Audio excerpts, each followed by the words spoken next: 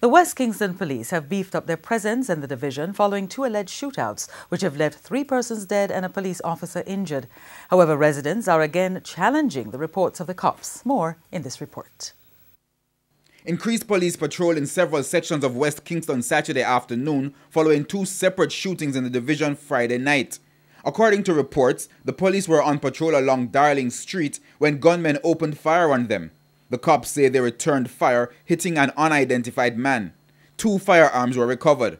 They say it was a similar situation in Rosetown, where they went to address breaches of the Noise Abatement Act.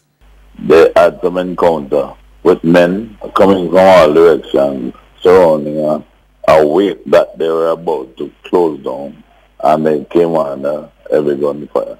During the process, the team had a confrontation and called for reinforcement.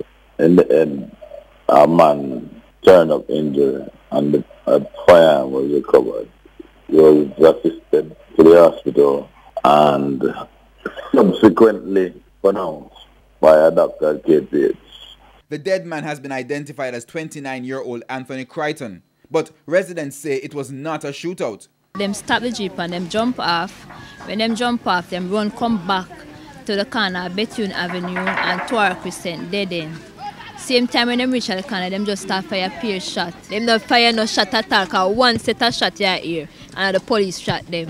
One set of shot, and when we go when after them take them up, I will go on the scene, a peer rifle suspension, yeah. So 1 police officer was also injured in the altercation. He is now in stable condition.